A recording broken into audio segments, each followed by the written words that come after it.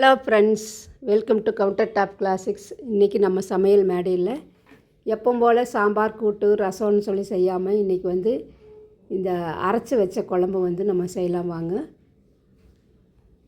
இந்த மாதிரி கோவக்காயை நீல வாக்கில் கட் பண்ணி அரைச்சி வச்சு செஞ்சால் மட்டன் குழம்பே தோற்று போயிடும். அந்தளவுக்கு டேஸ்ட் நல்லாயிருக்கும். இது இட்லி, தோசை, சப்பாத்தி, பூரி, ஈவன் ரைஸ் கூட வச்சு அந்த கோவக்காயோடு வச்சு சாப்பிடும்போது டேஸ்ட் நல்லாயிருக்கும். இது ஹெல்த்தியானதும் கூட. சுகர் பேஷண்ட்டுகளுக்கு ரொம்ப நல்லது. வாங்க எப்படி ஈஸியாக செய்யலான்னு பார்க்கலாம்.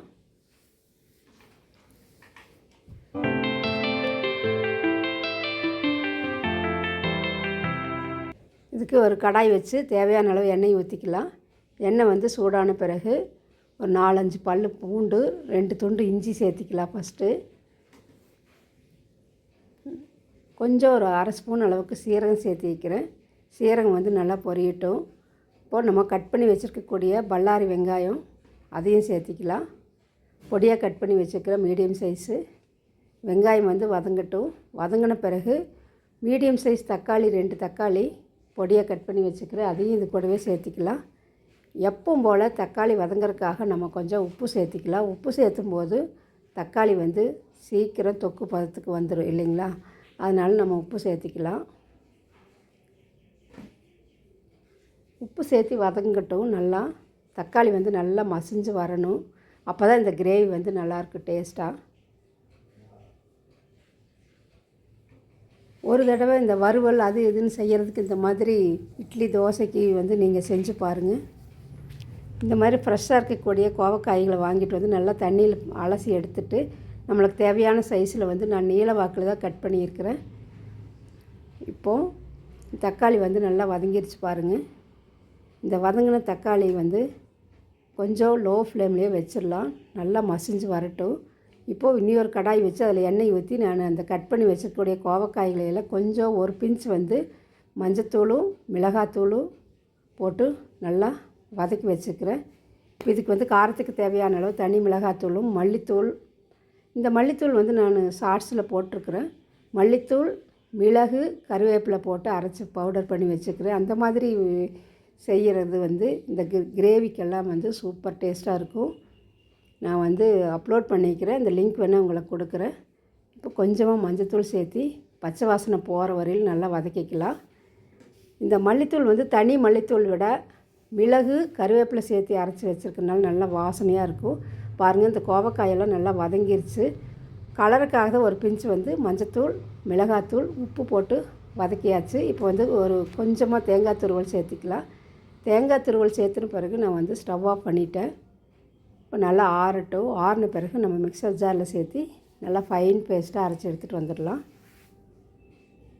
தேங்காய் போட்ட பிறகு வதக்கிட்டே இருக்கக்கூடாது. இப்போது இந்த கோவக்காயும் நல்லா வதங்கிடுச்சு. ஸ்டவ் ஆஃப் பண்ணி வச்சாச்சு. பாருங்கள், நல்லா கலராக எண்ணெயிலே நல்லா வதங்கிருச்சு. இந்த மாதிரி உப்பு, காரம், மஞ்சத்தூள் எல்லாம் கொஞ்சமாக பிடிக்கும்போது அது சாப்பிட்றதுக்கு ரொம்ப நல்லாயிருக்கும் டேஸ்ட்டாக. இப்போ நம்ம ஜாரில் சேர்த்து நல்லா ஃபைனாக அரைச்சிட்டு வந்துடலாம். இப்போ பாருங்கள், இந்தளவுக்கு நல்லா பார்த்தாலே தெரியுது உங்களுக்கு, நல்லா ஃபைனாக அரைஞ்சிருச்சு. கலர்ஃபுல்லான நல்ல வாசனையான ஒரு மசாலா ரெடி ஆயிடுச்சு. இப்போ ஒரு கடாய் வச்சு அதில் எண்ணெய் ஊற்றிக்கலாம்.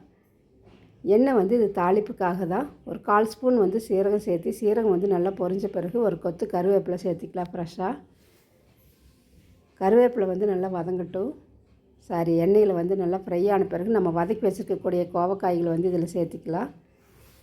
சேர்த்திட்டு அந்த மசாலா நம்ம அரைச்சி வச்சு இல்லைங்களா, அந்த மசாலாவை இதில் சேர்த்திக்கலாம். ரொம்ப நேரம் இந்த கோவக்காய் வதங்க வேண்டியதில்லை. ஆல்ரெடி நம்ம வதக்கி தான் வச்சுக்கிறோம் எண்ணெயில். அதனால் அந்த மசாலாவை இதில் சேர்த்து எண்ணெய் பிரிஞ்சு வர வரையில் நல்லா வதக்கி வச்சுக்கலாம். இந்த மாதிரி செஞ்சு பாருங்கள். கண்டிப்பாக டேஸ்ட் கோவக்காய் சாப்பிடாதவங்க கூட இந்த மாதிரி கிரேவி செஞ்சு கொடுத்திங்கன்னா கேட்டு வாங்கி சாப்பிடுவாங்க. அந்தளவுக்கு டேஸ்ட் நல்லாயிருக்கும். எங்கள் வீட்டில் எங்கள் பிருத்திவி இந்த மாதிரி கோவக்காயெல்லாம் சாப்பிட்டதே இல்லை. இந்த மாதிரி கிரேவி செஞ்சு கொடுத்ததுக்கு தோசை, சப்பாத்தி எல்லாத்துக்குமே வச்சு சாப்பிட்டாங்க வீட்டில். ரொம்ப நல்லாயிருக்கு அப்படின்ட்டு. இப்போது தண்ணி தேவையான அளவு அந்த மிக்சர் ஜார்லேயே சேர்த்து நீங்கள் கூட கொஞ்சம் ஊற்றிக்கலாம். எல்லாமே நம்ம வதக்கி வச்சதுனால ரொம்ப நேரம் வந்து கொதிக்கணுன்ட்டு அவசியம் இல்லை. கொஞ்சம் மூடி போட்டு ஒரு 5 நிமிஷம் வந்து விட்டுடலாம். நல்லா கொதித்து வரட்டும். அந்த காயில் வந்து உப்பு காரம் எல்லாமே நல்லா பிடிச்சிட்டு, இப்போ பாருங்கள் நல்லா கொதிச்சிருச்சு. நல்லா வாசனையாக இருக்குது கம கமன்னு. இப்போ திக்னஸ் வந்து உங்களுக்கு இந்தளவுக்கு போதும்னா விட்டுருங்க. இல்லாட்டி தண்ணி வேணுனாலும் இன்றைக்கி கொஞ்சம் ஊற்றிக்கோங்க. நான் வந்து திக்காக தான் கிரேவியாக தான் நான் செய்ய போகிறேன். இப்போ பாருங்கள், பார்த்தாலே தெரியும் எவ்வளோ திக்னஸ் இருக்குன்ட்டு. இப்போ நீங்கள் தேங்காய்க்கு பதிலாக முந்திரி வேணாலும் சேர்த்து அரைச்சிக்கலாம். இதில் இந்த ஸ்டேஜில் உப்பு வந்து நீங்கள் பார்த்துக்கோங்க. நான் தக்காளி வதங்கும் போதே உப்பு சேர்த்திட்டேன். ஆனாலும் பார்த்துட்டு உப்பு பத்தலைன்னா கொஞ்சமாக நம்ம சேர்த்திக்கலாம். இந்த கொஞ்சமாக நான் ஒரு பிஞ்ச் வந்து சேர்த்திக்கிறேன். உப்பு சாதத்தில் போட்டு பிசைஞ்சு சாப்பிட்றதுக்கு பத்தாதுங்கிறதுக்காக இப்போ உப்பு போட்ட பிறகு நல்லா கலந்து விட்டுடலாம்.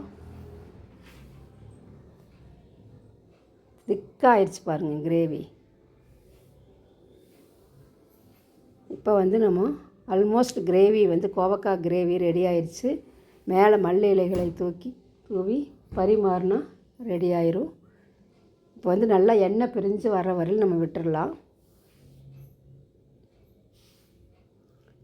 உங்களுக்கே தெரியும் எண்ணெய் வந்து நல்லா பிரிஞ்சு வந்துருச்சு. இப்போ வந்து நம்ம கொஞ்சம் ஃப்ரெஷ்ஷான மல்லி இலைகளை வந்து மேலே தூவிக்கலாம்.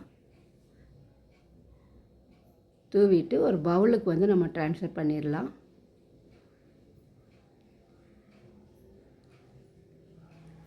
இந்த மாதிரி கோவக்காய் வந்து வறுவல் விட இந்த மாதிரி கிரேவியாக செஞ்சு கொடுத்து பாருங்கள். வதக்கிட்டு டேஸ்ட் வந்து ரொம்ப நல்லாயிருக்கும்.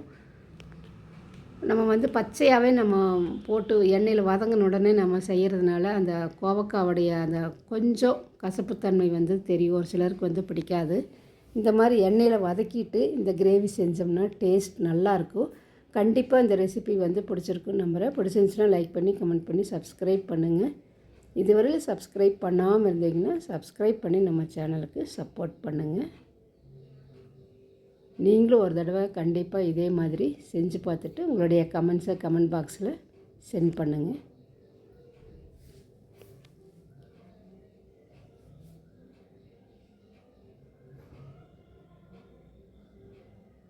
ஹெல்த்தியான ரெசிபி வந்து ரெடி ஆயிடுச்சு. இது வந்து சுகர் பேஷண்ட்ஸுக்கு வந்து ரொம்ப நல்லது. தேங்க்ஸ் ஃபார் வாட்சிங்.